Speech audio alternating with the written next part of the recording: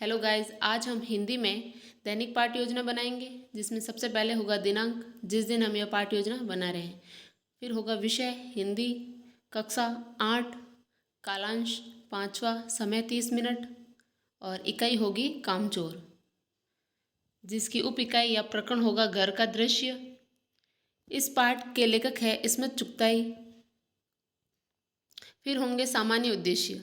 सामान्य उद्देश्य शिक्षक के लिए बनाए जाते हैं जिनको प्राप्त करने के लिए शिक्षक यह पाठ योजना तैयार करता है।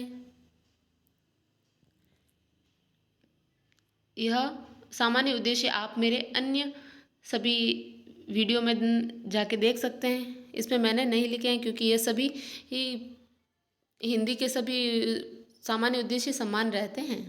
फिर होंगे विशिष्ट उद्देश्य। विशिष्ट उद्देश्य में होगा ज्ञानात्मक उद्देश्य, जिसमें होगा विषय वस्तु का ज्ञान। छात्रों को कामचोर पाठ के अंतर्गत घर का दृश्य का प्रत्यास्मरण हो सकेगा। भाषा तत्वों का ज्ञान, छात्रों को शब्द रचना के बारे में ज्ञान हो सकेगा। छात्र संधि, प्रत्यय, उपसर्ग, विलोम से अवगत हो सकेंगे। फिर होगा शब्द सूची। शब्द सूची में हम कुछ इस पाठ के अंतर्गत आए शब्दों को लिखेंगे, जिसमें होगा तनख्वाह, फर्श, हवाला और मिलकर। फिर होगा विधा ज्ञान। छात्र हिंदी साहित्य की गद्य विधा से अवगत हो सकेंगे। फिर होगा लेखक परिचय। विद्यार्थी इस्मत चुगताई की रचनाओं से अवगत हो सकेंगे। फिर होंगे कौशलात्मक उद्देश्य, जिसमें वाचन, छात्रों में शुद्ध, स्पष्ट एवं प्रभाव उत्पादक ढंग से विराम चिन्हों का ध्यान रखते हुए वाचन करने का कौशल विकसित हो सकेगा। विचारों अभिव्यक्ति, छात्रों में अपने विचारों को लिखित या मौखिक ढंग से अभिव्यक्त करने का कौशल विकसित हो सकेगा। फिर हमारा अगला उद्देश्य होगा रुचियात्मक उद्देश्य। छात्रों में गद्य साहित्य को पढ़ने में रुचि विकसित हो सकेगी। विद्यार्थियों में इस्मत चुगताई की अन्य रचनाओं को पढ़ने की रुचि विकसित हो सकेगी। फिर हो गए अभिवृत्त्यात्मक उद्देश्य। छात्रों में कामचोर पाठ के अंतर्गत घर का दृश्य की जानकारी विकसित हो सकेगी। फिर होगी सहायक सामग्री। सहायक सामग्री में हम उन सभी वस्तुओं को लिखेंगे जिनका उपयोग हम इस पाठ योजना को प्रस्तुत करते समय करते हैं, जिसमें सामान्यतः होगा खड़िया, झाड़न, श्यामपट्ट इत्यादि, तथा विशिष्ट में संकेतक तथा किसी चार्ट का प्रयोग करने पर हम वह चार्ट भी इस विशेष सामग्री के अंतर्गत लिख सकते हैं।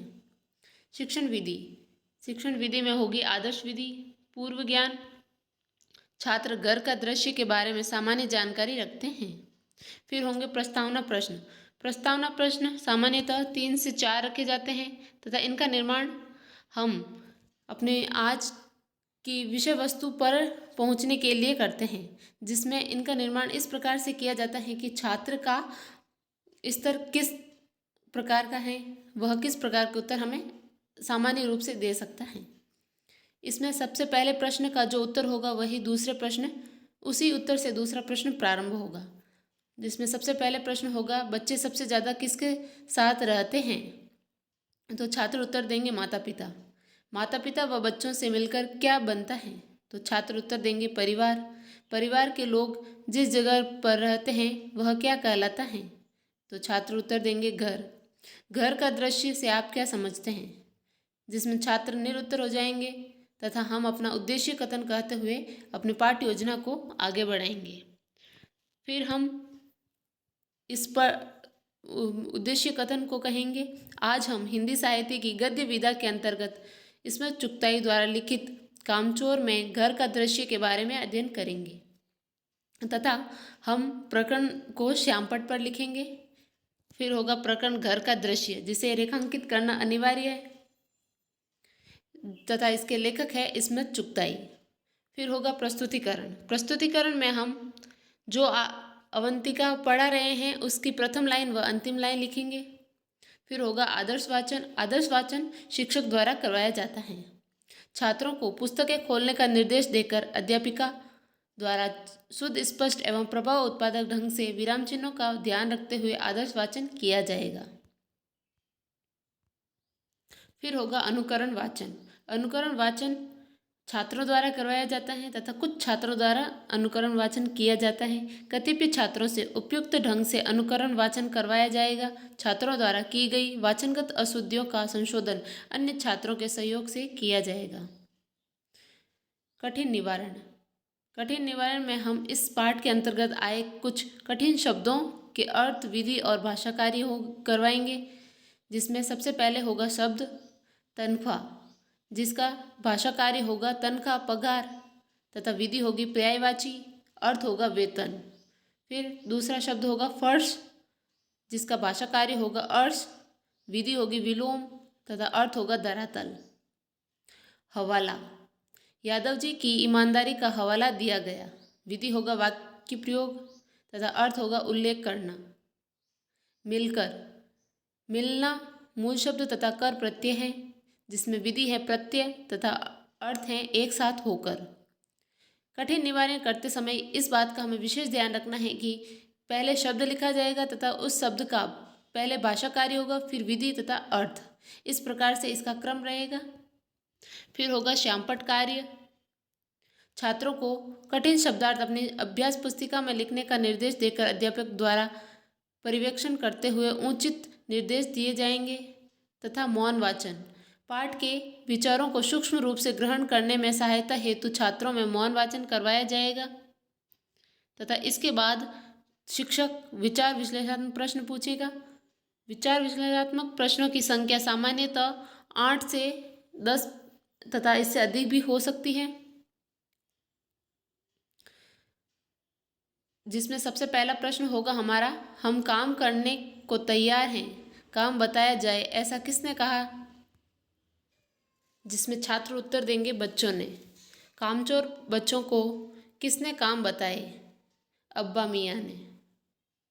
घर में बाढ़ आ जाएगी, ऐसा किसने कहा, अम्मा ने। तुम सबको तनख्वाह भी मिलेगी, यह किसके बारे में कहा गया, बच्चों के बारे में। चारों ओर से कोने पकड़कर क्या झटकना शुरू किया गया, फर्शी दरी। लकड़ियाँ लेकर किसकी पिटाई की गई थी, जिसमें छात्र उत्तर देंगे फर्शी दरी की। दरी और फर्श की सारी धूल कहाँ पर जम गई, सबके सिर पर। बच्चों ने कहाँ पर झाड़ू निकालने का फैसला किया, जिसमें छात्र उत्तर देंगे आंगन का। फिर होगा स्वस्वर वाचन। पाठ के मूल्यांकन की तैयारी हेतु कतिपय छात्रों से स्वस्वर वाचन करवाया जाएगा। तथा फिर होंगे आवृत्ति प्रश्न या मूल्यांकन प्रश्न।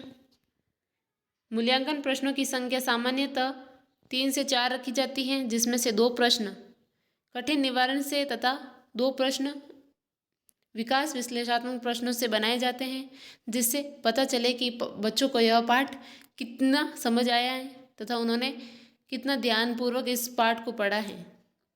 जिसमें पहला प्रश्न होगा मिलकर शब्द में मूल शब्द क्या है। दूसरा प्रश्न होगा फर्श का विलोम शब्द बताओ। कामचोर बच्चों को किसने काम बताए तथा घर में बाढ़ आ जाएगी ऐसा किसने कहा। फिर हम गृह कार्य देकर अपने पाठ को वहीं पर समाप्त करेंगे, जिसमें आज का गृह कार्य होगा घर का दृश्य का वर्णन कीजिए। Thanks for watching my video. Please like, share and subscribe my channel and press the bell icon.